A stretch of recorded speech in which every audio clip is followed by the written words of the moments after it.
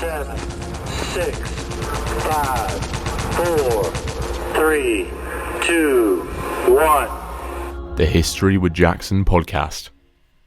Welcome back to History with Jackson. I'm your host, Jackson Van Uden, and you are listening to the podcast where we speak to historians every week about their latest work.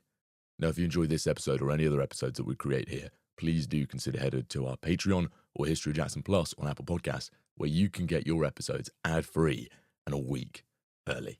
Now, without further ado, let's jump into the episode. So, hello everyone, welcome back to the History of Jackson podcast, and today we are joined by author, historian, and good friend, Estelle Paranque. How you doing, Estelle? Hey Jackson, thank you so much for having me. I'm so happy to be here. Now, I'm really excited to talk about Thorns, Lust and Glory, the portrayal of Anne Boleyn today. But I think the first question I want to ask you is, what inspired you to not only, write this book about Anne Boleyn, but look at Anne Boleyn from this angle?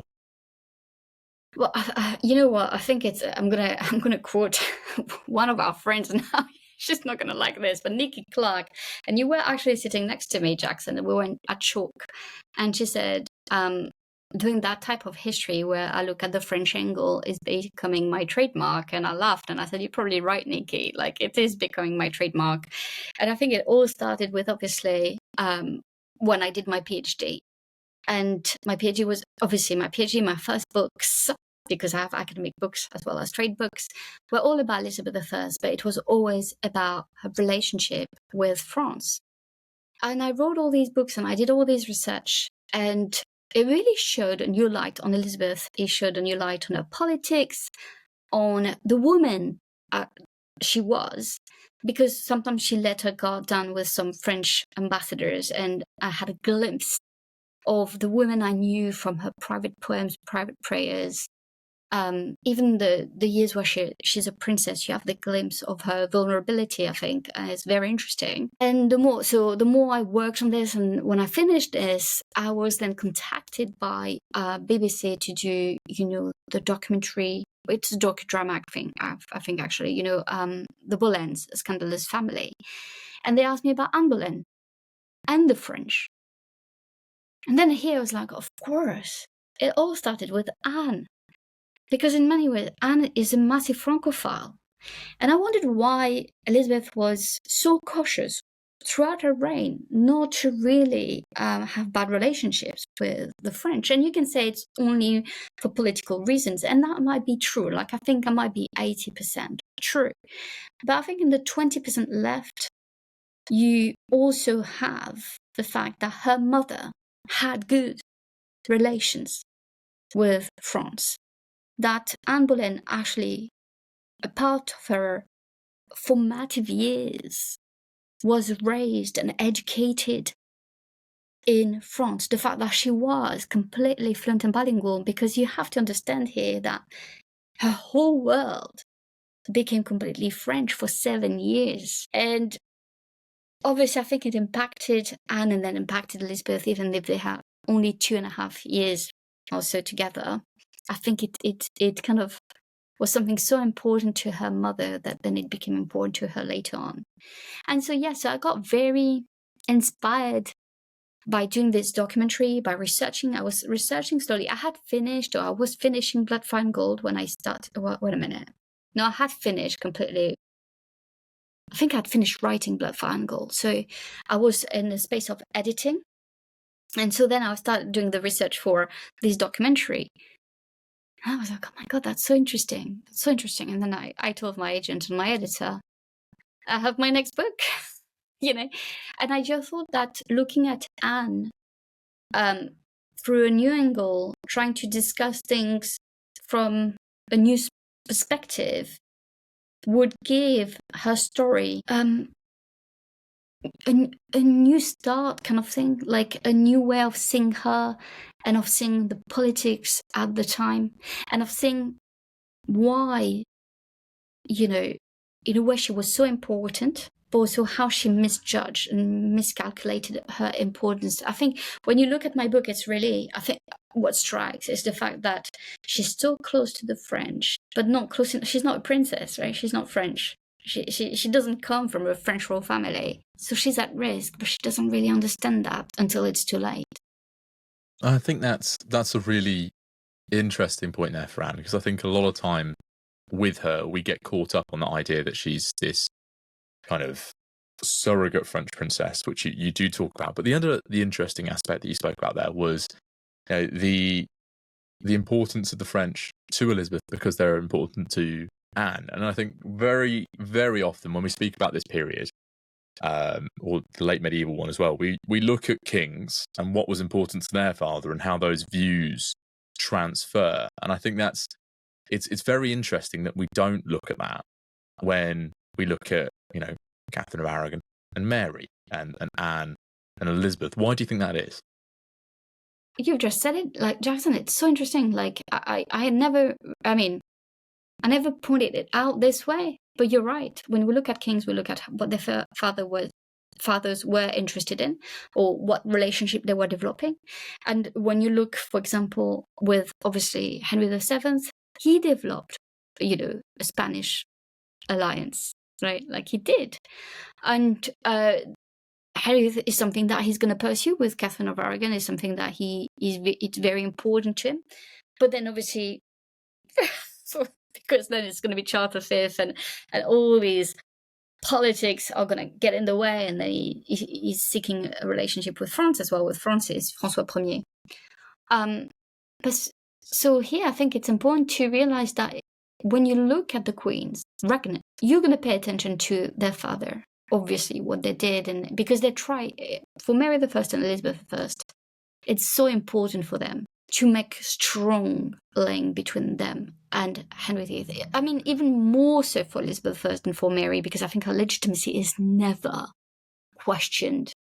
Her parents have been together for 20 years. Like, there was never, everyone recognizes the marriage of her parents. Like, there's no doubt that, even if you believe that Anne Boleyn was queen, there's no doubt that first it was, Catherine of Aragon, and then it was Anne Boleyn, and then, do you see what I mean? So even if you recognize the marriage of Anne Boleyn and Henry VIII, it doesn't mean that you dismiss and do not recognize Mary I's legitimacy and the fact that she's the daughter of Henry VIII. Well, Elizabeth, obviously, she's trying so much harder to fight for that legitimacy, to fight for that link with her father. But of course, they are so much their mother's daughter, right? Like, they are so much, and both of them are so similar to their mother. It makes so much, when people were always like, give a hard time to Mary I on so many levels, one of them being like marrying Philip II of Spain. But it makes so much sense for her, given her background, given her love and allegiance and devotion to her mother, to make that Spanish alliance again. Also, it is a good political move in many ways. Maybe not after the reign of Edward VI, but if you put it in a really political and diplomatic, lens, then you see that it makes actually lots of sense for Mary to do this. Spain is the strongest country of Europe at the time, and having that alliance for Mary is a way to show that she's close to her mother, but it's also a way to show that she understands the politics and the diplomacy of the time. With Elizabeth, obviously she can't be pro-Spanish. That's not going to happen. That's her half-sister's domain. And so who's left? Of course it's going to be France. But France is complicated. France is always, even with Anne. I mean, with Anne, it is and that's what I do with my book, I think, is that I take you from understanding why she has their support. She has François' support. But then there are some ambassadors that are not sure what they're doing. There's also this question of, like, who does she think she is? There's also this question of, like, okay, it does help us. Like, I'm talking, like, from the French perspective, what's happening. Bloody hell, is she going to really become Queen of England? What's happening? Do you see what I mean? She looks she's like no one else in many ways, or you could compare her, I think, to some extent to Elizabeth Woodville.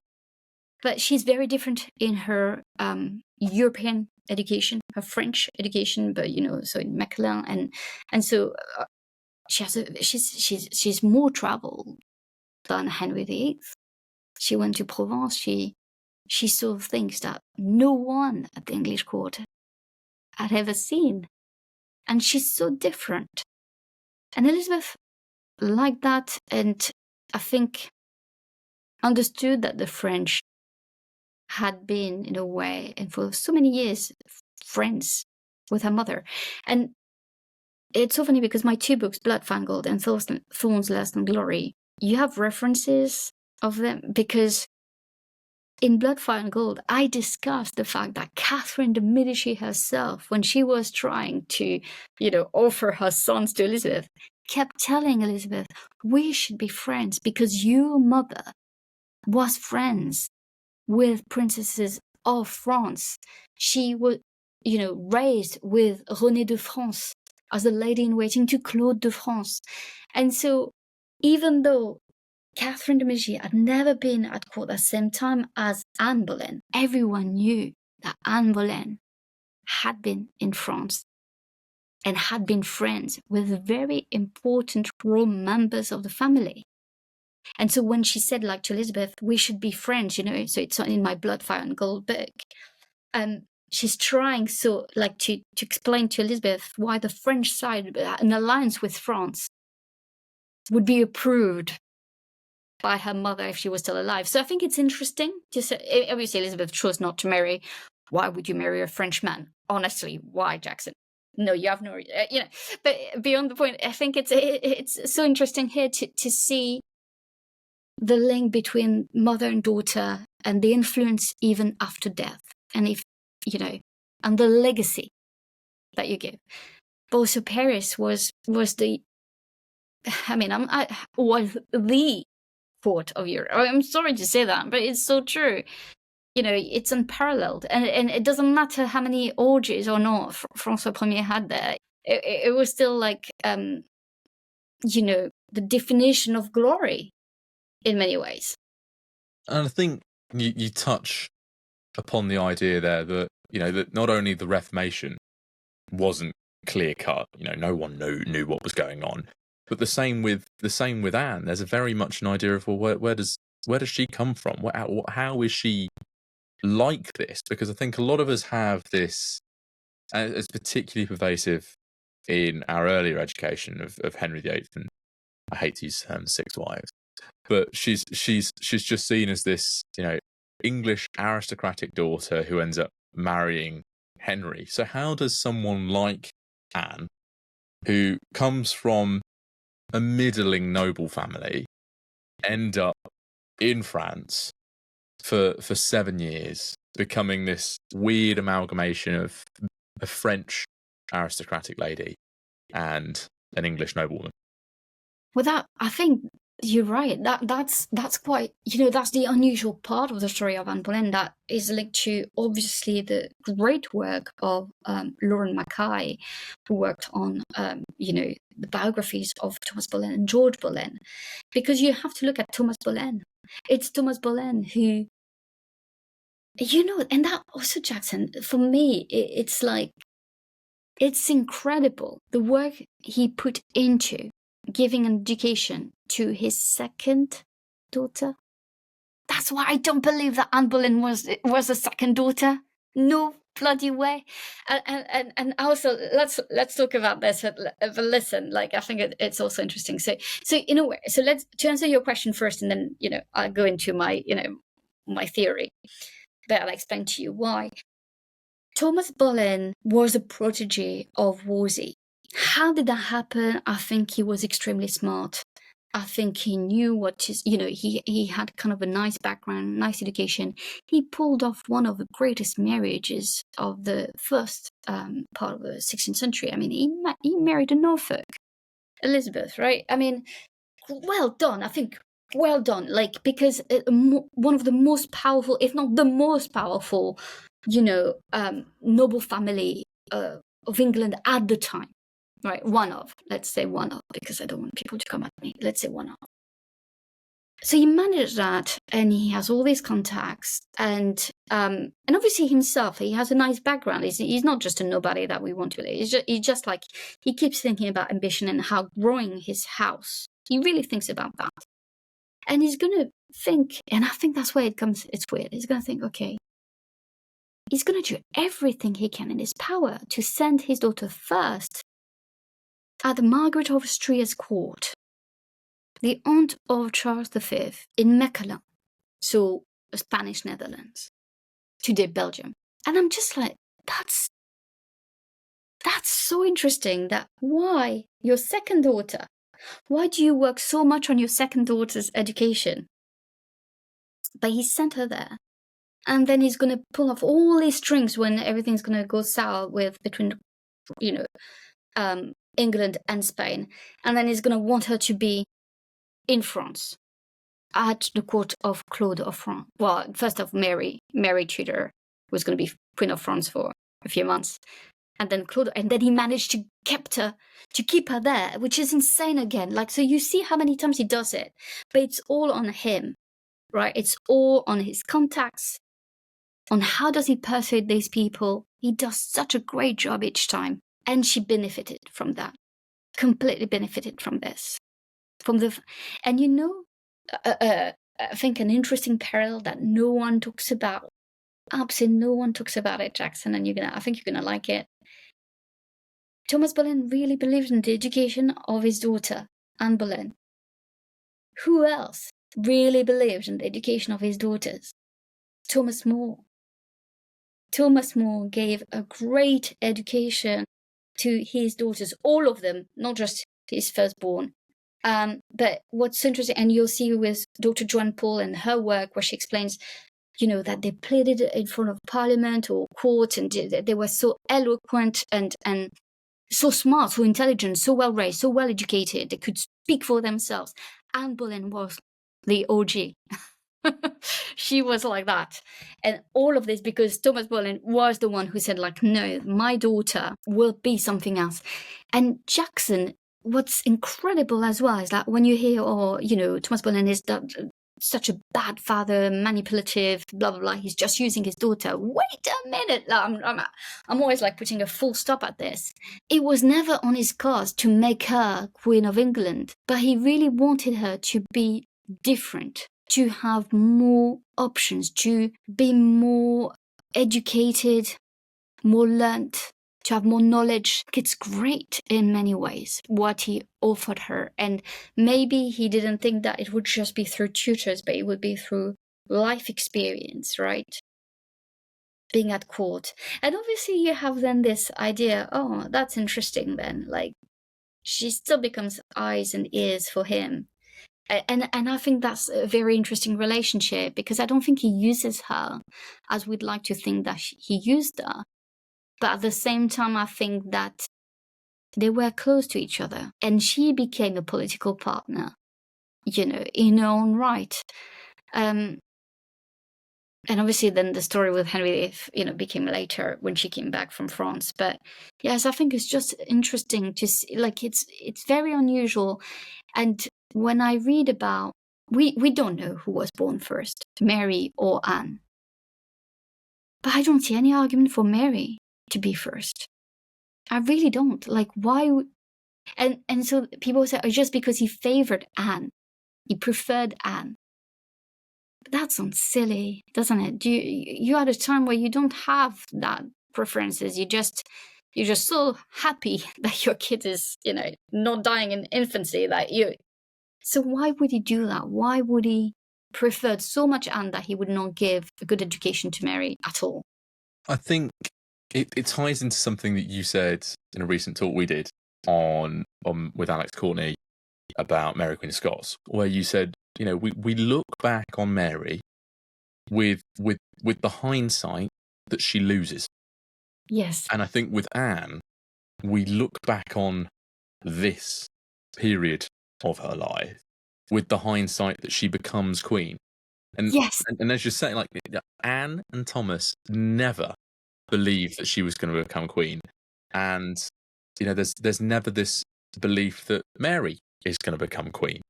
And I think a lot of the time we do look back on this and say, well, she's going to win against Catherine. She's going to become queen, and we try and fit the rest of the puzzle around Exactly. that hindsight. Exactly. And I think you're right. Like, there's something where we have to look at what happened between 1515 and 1521 as if we didn't know what happened in 1520 from 1527 onwards.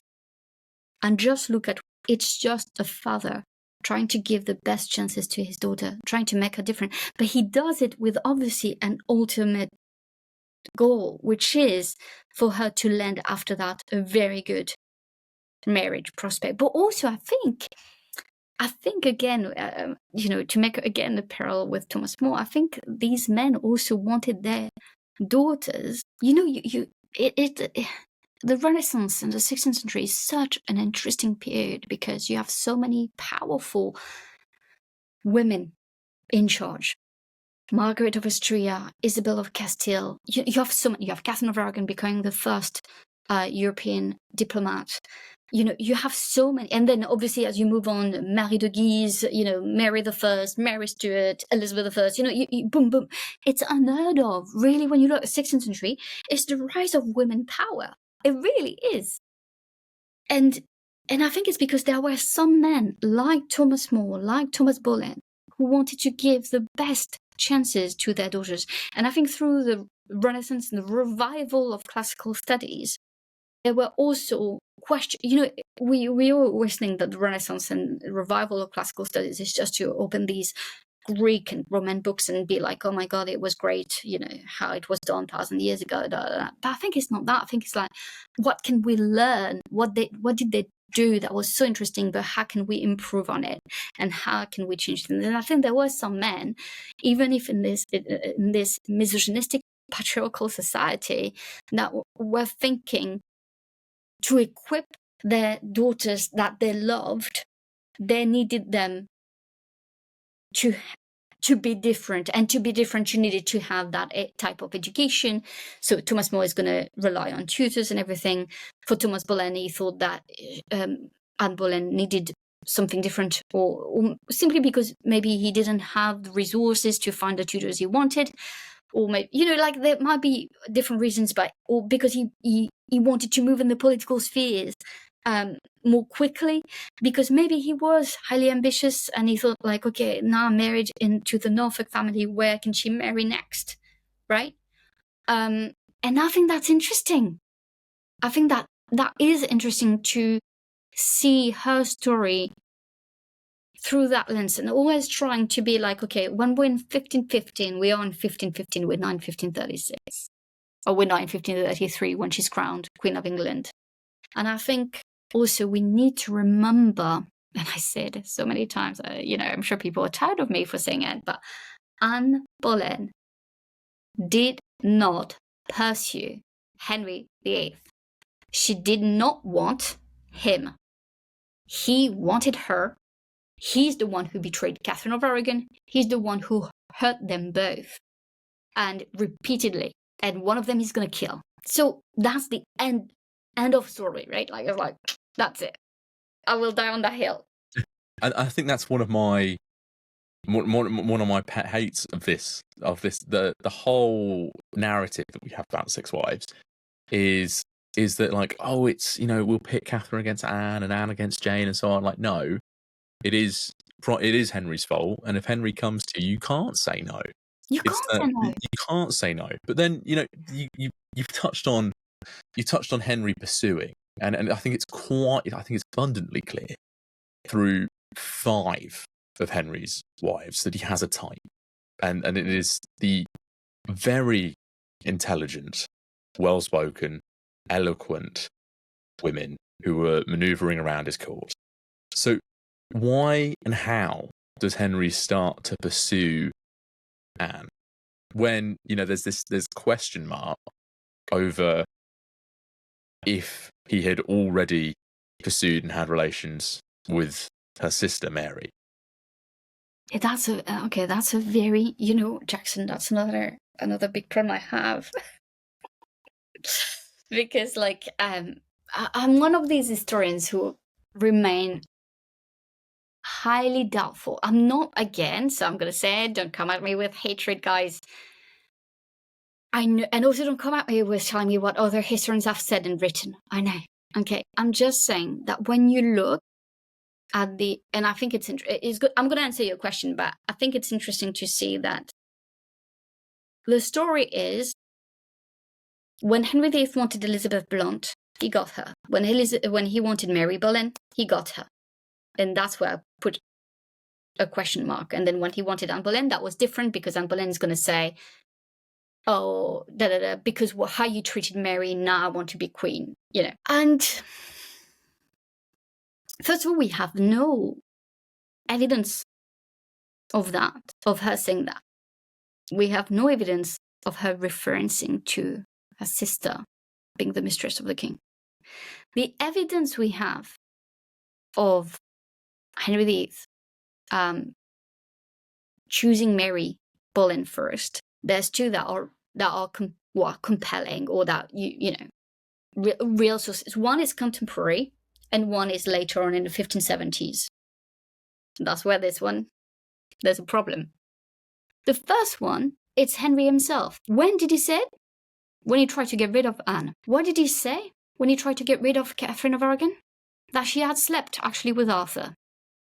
So that was the reason why she had not given him a son, and that's the reason why the marriage should be dissolved and annulled, or whatever, you know, what he was asking the Pope to do. And with Anne, he was like, I slept with your sister, and that is why this marriage, you know, is like incest. He was trying to make it up a massive shit, and she was like, what on earth? But it never comes before. There's no discussion of it before. That's interesting, isn't it? And the second source is that historians love throwing at me is Nicholas Sanders. Nicholas Sanders was a Catholic who hated Elizabeth, and he was a child when, you know, everything happened. To be fair, I'm not even sure he was born. Like, anyway, so if he was born, he was very young. But in 1570, he wrote 1572, 74. Honestly, with the 70s, you know, I have lots of French dates, so bear with me. It's someone there where he's saying, he's writing a pamphlet saying that Elizabeth, you know, that basically the daughter of a whore, and every woman in her family is basically a whore. So yeah, so unless we find a source that doesn't hate Elizabeth, that doesn't try to have a dig at her legitimacy, or if we find a source that is, you know, from someone not Eustace Chapuis. To be fair, I've never read anything in Eustace Chapuis' letters, but there's some letters that are still like untouched, you know, in no, but even him, like, would you really, you know, get, he's such a gossip. The things he wrote was after Henry said himself, so it's not. Yeah, and I take what Chapuis says about Anne with a grain of salt, to be honest, because he is so vehemently in favour of Catherine that it's just not. Absolutely. But also, you know, Jackson, I've been thinking about that. It's like there's some stuff that I think we can trust him about. Like there's some comments he makes that are like, all I'm saying is that his perception is not to be completely dismissed. But there's still enough, like these things with Mary is like, to me, a massive mystery. Again, I'm not saying that it never happened. It could have happened that Mary was, for a short time, the mistress of Henry VIII. However, there are some problems with that, because Henry VIII, unlike François Ier, is not a womanizer. He's just a woman killer. So I don't... No, I do know which one is worse. I don't need to say, you know, which one is worse. I'd rather meet a womanizer than a serial killer who loves killing women. But he's true that he doesn't have... He cheats on everyone as well. Like, I mean, you know, like the way he treats Anne, and when at the end, obviously there's something going on with Jane Seymour. And I'm not shaming Jane Seymour, because you said it. You said it so well. You can't refuse the bloody king. What do you think? And after that, when he cut off her head, like Anne's head, obviously Jane is like, do you really think that the woman, a sane woman, would want to marry a murderer? No. But does she have a choice? No. And she knows that her head is next on the line if she doesn't give him, what he wants. And I feel so bad for Jane on that level, right? So I think Henry VIII had an interest in Anne, but the difference... So before it was Elizabeth Blunt, and it could have been Elizabeth Blunt. To be fair, all of it could have been, because she gave him a son. Brilliant. Well done, women. But with Anne, I think there's a few things. I think it was different because of the political and diplomatic situation and the fact that there were the rise of reformed ideas. The rise of, when I say reformed ideas, the rise of contesting the way things were done in Rome. So thinking, okay, because Henry VIII never really considered leaving Catherine before that. Even when he was with Elizabeth Blunt, he was like, Elizabeth Blunt was not even a mistress that he kept for a long time. He was with her, got tired of her, had a son with her, rewarded her with money and wealth. Thank you, Henry. Well done for that. He didn't kill her. But then as time passed by, where is my son, Catherine? Where is my son, Catherine? And I did it. Look, I did it once, so obviously the problem is not me. The problem is you. And then there were whispers, but, maybe you should be able... And if the dissolution of his marriage had happened, if the annulment of his marriage had happened, nothing... He would not have broken with Rome. There's no point. Because he would have gotten what he wanted. But he couldn't. And so Anne happened at a moment where... And I think the fact as well, if I'm honest with you, the fact that she was not easy to say yes, the fact that she refused to be a mistress. Maybe she refused to be a mistress because she spent too much time at Francois I's court and she didn't want to be a mistress. But also I think with Anne, I think it's because he ruined... Well, he's partly one of the reasons why her match to Henry, Earl of Northumberland, was ruined. So I think if she probably thought, if you're going to ruin my prospects, it has to be for something else than sleeping with you, right? And that's bold, because then she did play a bit. Like when I say play, it's not play. She did keep her distance. We have his letters. It's crazy how much she is into her. We don't have her responses, but for someone to insist like that, it's clearly that her responses would not have been that interesting. When I mean that interesting, they would have been interesting, but they would have probably not given him what he wanted. Otherwise, he would not have kept asking the same thing over and over again and saying how crushed he was that, she didn't want to be a mistress, blah, blah, blah. And then more and more whispers, more and more people around him, Thomas Cromwell. Hey, you can be the one in charge. You can decide. And then if you break with Rome, then you are the one in charge and you can marry whoever you want. And that's so dangerous with a cycle like Henry. You end up with having 6 wives, for crying out loud. And I think he does. And I think with Anne because she can't say no, there's an element of making the best of a situation.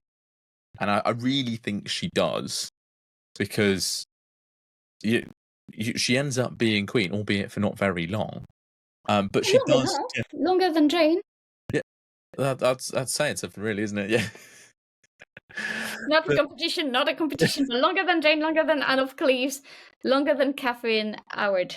But then I think she's second, she's after Catherine Parr, and obviously the longest is Katharine of Aragon. But in the end, she still is unable to play Henry for the rest of her life, to be honest. And I think there's that idea there that, I'm certainly a subscriber to it, that Henry was a hopeless romantic. And as soon as that's kind of, I'm not disagreeing, he's a woman killer, 100% woman killer, but that hopeless romantic need that he wants to keep fulfilling, because he's gone from a very, I think, very loving marriage with Catherine for at least 20 years of it, to, several lust-filled marriages. Yeah. But you know what I like with this idea of this hopeless romantic is I think he's not a on that he's very different. So I'm always comparing him to his contemporary François Ier. He's very different from François. I don't think he's chasing sexual attention. He likes being. So I would agree with it. When a hopeless romantic, I think he likes the idea of being in love, of falling in love. So he likes the first, and it's why it's quite incredible that it lasted so long with Catherine of Aragon. And I think it's mostly because Catherine, like the other wives, I think they have this in common, all of them. Catherine Howard maybe more difficult. I think Catherine Howard, he tried to go for something else, and that's where also it failed, right? Like so quickly. But in Anne of Cleves is obviously, again, he tried to go for dynastic or, you know, complete political diplomatic alliance. While Catherine of Aragon brought this, while also being this figure of this, she's a bit older, not a lot older, she's a bit older, is, you know, beautiful, but also she's so intelligent. And I think intellectually, I think what is it called? The people, what is the term when you're sapiosexual?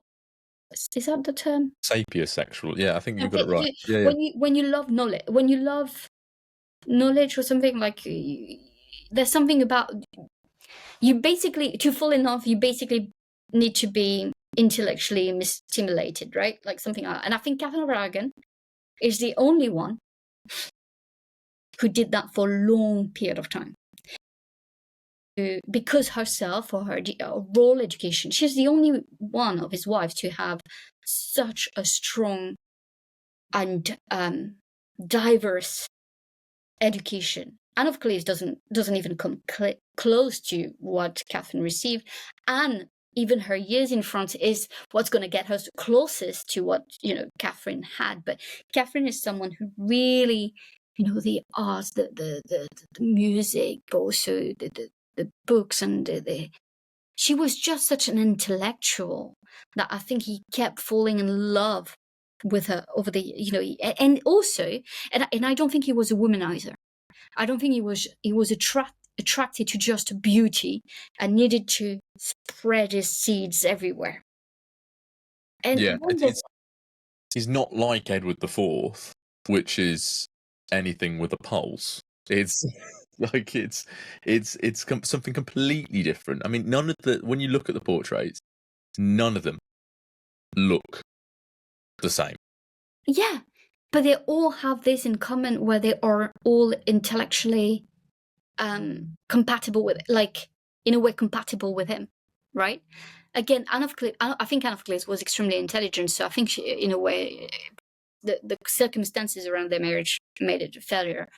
I think he went for completely something else, and I think he tried, you know, there's a glitch as well in his relationship with Catherine, which is Elizabeth Blount, where Elizabeth Blount, obviously here it's, I think, a sexual passion. That's why it doesn't last. She has nothing else to tell him. She has nothing else to keep. But Anne is different, because Anne, it's sexual. I believe there's a physical and sexual attraction with, oh, she's more traveled than me, more traveled than Catherine. Oh, she has something to say. Oh, she's intelligent. Oh my gosh, she reads. And obviously you have to be very careful with Henry VIII when you read as a woman, because but I think he liked to be intellectually challenged and stimulated. And I think that's why, in many ways, for me, the three, like, I mean, Jean Seymour as well, but the three that really kind of grabbed him is obviously Catherine of Aragon, Anne Boleyn, and Catherine Parr later on in his life, because with Catherine Parr, it's a very much intellectual kind of companionship as well. But he likes intelligent women, but he doesn't like when he realized that they're more intelligent than him. And they all were more intelligent than him. And that's why I think it always got triggered. You know, when Anne voiced her concerns about the dissolution of monasteries, Jean Seymour did the same. It pissed him off, you know, each time. So I think that's very interesting when we look at it this way. And when we look at, like, the type of man that he was, and I think a hopeless romantic is right. And in a way, you know, it goes along with the fact that he was also a psychopath in my mind, a monster, because he was always chasing like this kind of, oh, I'm feeling again something interesting, and when it fails, it's almost rage that is left. Like, why didn't it work out? What failed? And he has this type of violence in him. Also, what struck me with Henry VIII is the fact, like, he's really not merciful. He's so. I hope he'd really all the deaths that he caused haunted him when he died. I mean, when you look at merciful, out of all 6, Anne of Cleves, it's merciful, but it's not the best. Like, no one else would consider that mercy, being allowed to live but not being allowed to go home. Catherine, it's almost hell on earth. It's almost worse than death. Yeah. So I think that need for constant stimulation does affect him, and you see it with his counsellors as well. But then when Anne trips over and she voices concerns, how is she unable to save herself? Because it just keeps getting worse and worse and worse for her.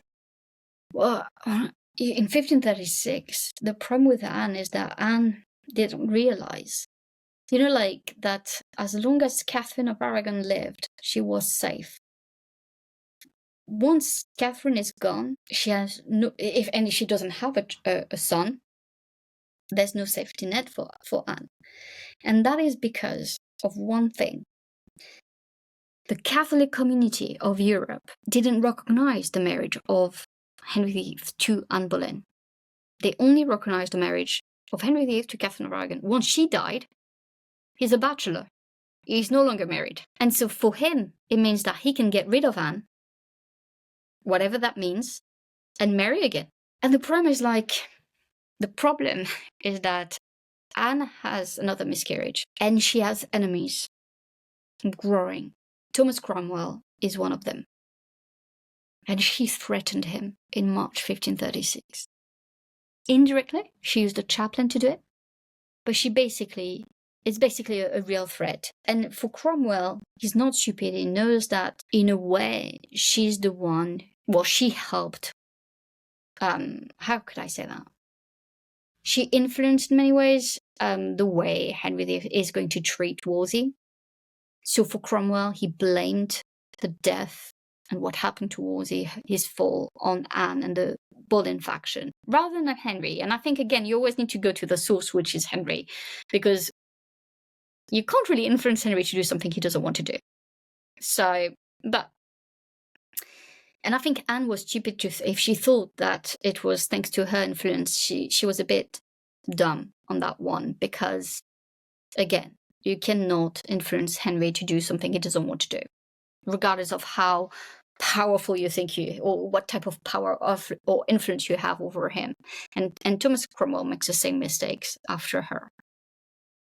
And so for Cromwell, it's like, okay, she's onto me. And he fears her.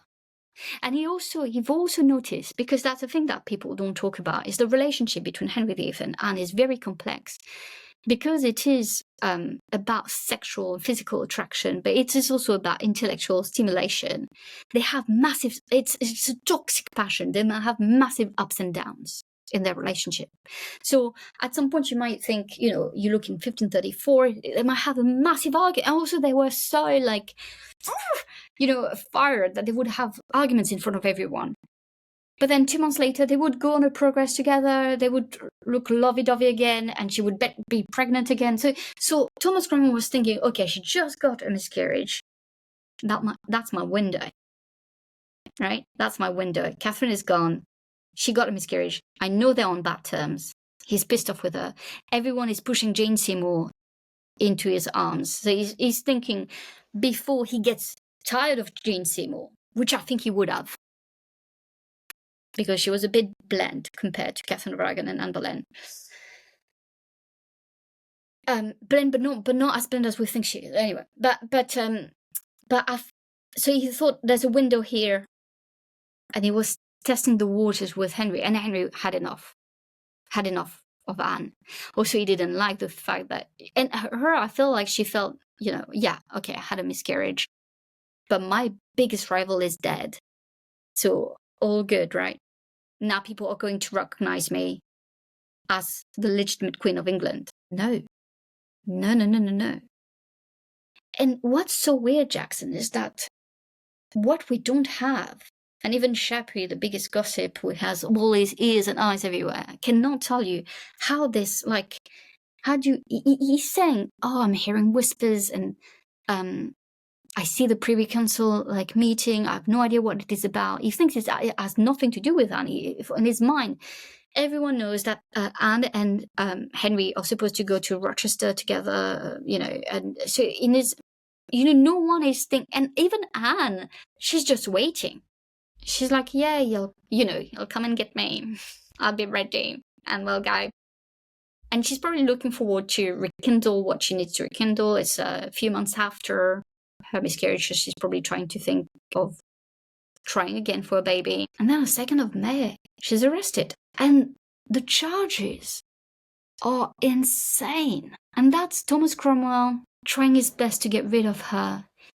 And I don't know if you watch the TV show The Tudors, there's one thing that really annoys me in that show, is that basically at the end of the series, he's visited by his wives, the wives that gave him children, so Catherine and Jane. They're all blaming him for lots of things. Anyway, but because as you should, because he was a shittier husband. But Anne, basically the conversation goes where Anne is saying, I've never, he said, I can't look at you because of what you did to me. And she said, I've never done anything to you. And she said, I thought you knew that I was innocent. And he's like, no, I didn't. As if, that was drove me nuts, as if it was all Cromwell's fault. As if Cromwell came up with this and managed to convince Henry VIII that all of this was true. What I think happened was they met, Cromwell and Henry. We need to get rid of her. She won't take a nunnery. No. Well, she needs to die for treason then. And then they try to think of, a solution. And maybe she said, I think it's possible that she said the thing with the shoes, like you're looking for dead men's shoes, to Henry Norris, who was being silly at court. And they were like, gotcha. Because just imagining the death of the king is treason. And then they were like, but that's not enough. That's not enough because people will not hate her. So wait. So we're going to say she had sex with him. Yeah, that's a good idea. Yeah. And then they started thinking, okay, let's do 2 weeks after giving birth to Elizabeth, because they were not thinking. They were just putting dates and places where it was impossible for her to have done it. And they were just putting that, and they were like, that's not enough. People will still feel bad for her. So let's add more people. Yeah, there's this musician that she really likes and she gave him money. Yes, him. That's good, because Anne Boleyn was extremely generous, a bit too generous. She had many deaths when she died because of this generosity. And then they were like, add this man because they didn't like him, and add this man because we didn't like him either. And having a lot of men meant she was a whore and this evil woman who just loved sex all the time. She couldn't stop herself. But that's not enough. We need something. Oh, I know. And you know what? We will punish the Boleyns. Let's go for George. Incest. It would be the most disgusting things. And it will be the end of the Boleyn line. And I will teach the fucking Boleyns on how not to fucking piss with me and give me this. I really can see a scene where Henry VIII was like, yes, let's do that. Let's fucking crush Thomas and Elizabeth Boleyn for, allowing me to marry their fucking stupid daughter. And that would be the end of it. No, but I know you're laughing, but I'm telling you, I'm sure. And I think it's pure hatred and cruelty and all of, I can see Henry VIII being that disgusting human being and thinking like that, and now we got her. And then he told Cromwell, then you do all of it, you put all the accusations together, and I want to get rid of her very quickly, because let's not forget about something else. She's arrested on the 2nd, trial is the 15th, dead on the 19th. There's no way with that time, 3 weeks, that the French could have done anything for her. It's how long it takes to go back and forth, with the letters saying, Anne Boleyn has been arrested. by the time you come back, you try to do François Ier, even if he would have tried, it was too late. And they concealed it as well, as much as they could. They did not want it to be this big thing. And then, when we have the witness, Lancelot de Carle, was the secretary of the French ambassador who witnessed the execution of Anne Boleyn, and he wrote the life and death of Anne Boleyn, which later Edward Hall will use some of his passages to say, what she said. He will change the words, he will change the speeches, but it's more or less, what she, like, we can see that he used the source that he had, Lancelot de Carles. Lancelot de Carles, when his story comes back and is printed in France, Henry VIII is going to ask for it to be censored. It's not going to work. People knew what Henry VIII did. And that is why, after that, no French princess, no French noblewoman want anything to do with this man.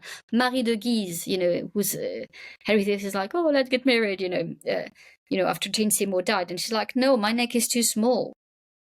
No fucking way I'm going near you, you psycho. It's whatever, how much you hated Anne Boleyn, he killed his wife. It's unheard of. Whether or not you recognize that she was Queen of England, because as I said, lots of Catholic people did not recognize the marriage, but they were like, he still executed her. And no one really believed the accusations either. He tried to make her the biggest whore that had ever lived. How many men she slept with? 5, 6, one of her brothers. He tried to ruin everything. He tried to ruin the reputation of the mother of his daughter. I don't know how anyone can say anything nice about Henry VIII. I literally don't know. Sorry, Jackson. It's very similar to one of the Henrys. I can't remember off the top of my head, but one of the Henrys earlier, when he didn't he didn't get on with his wife. I think it's Eleanor of Provence. He didn't get on with Eleanor of Provence. He didn't execute her. She still lived.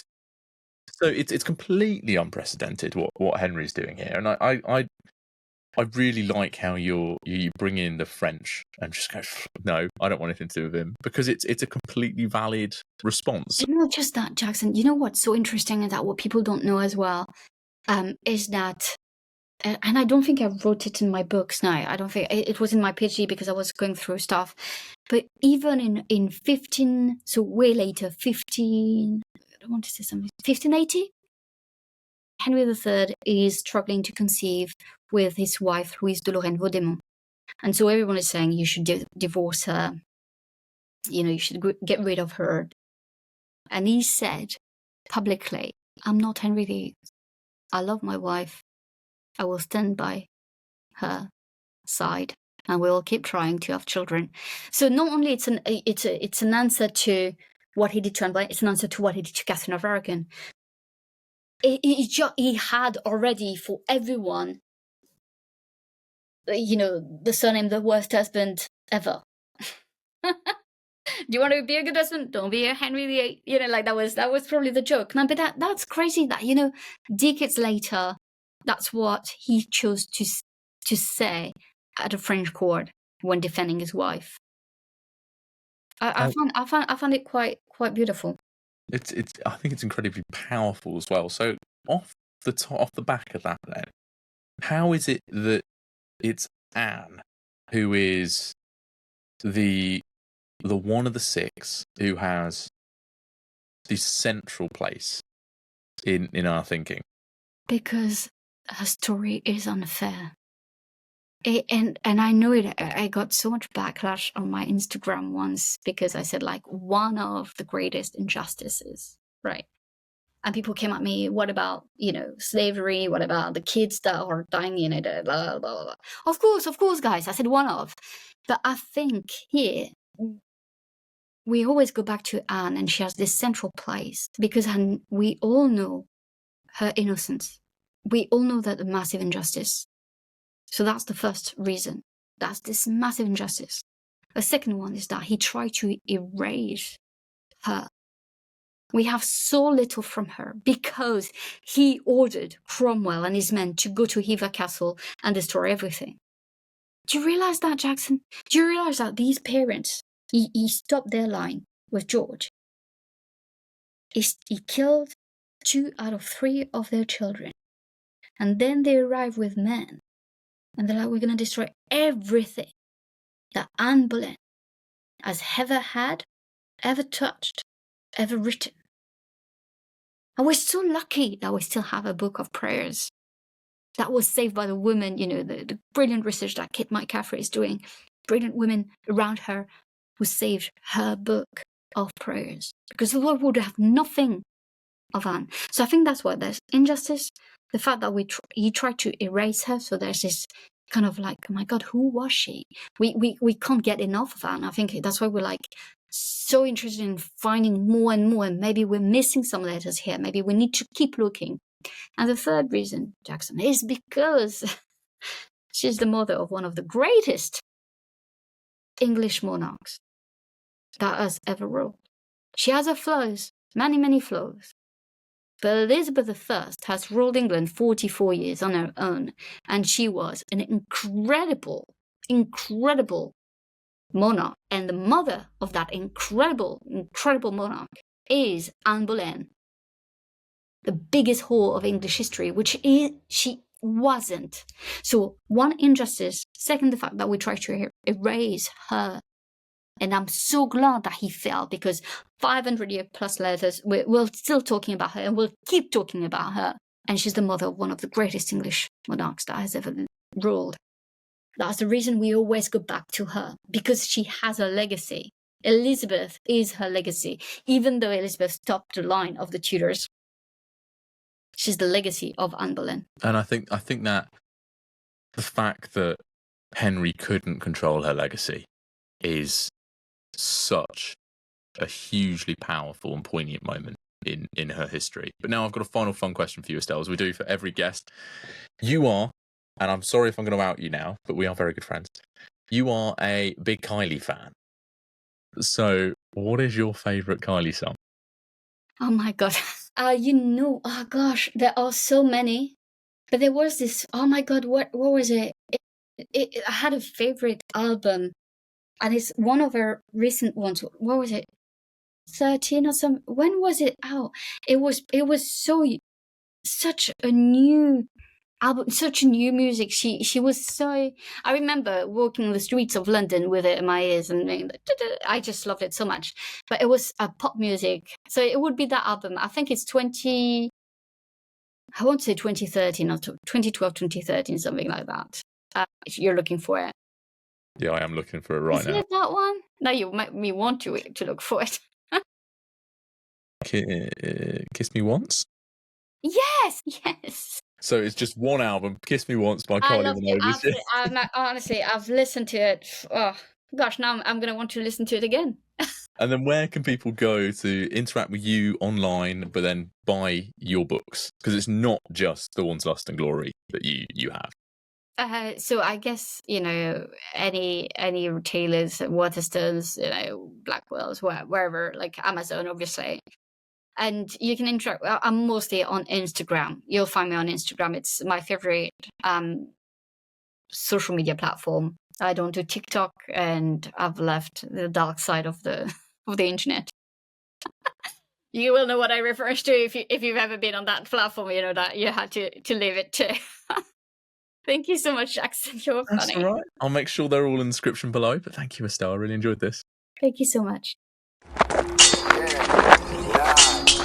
8, 7, 6, 5, 4, 3, 2, 1. The History with Jackson podcast.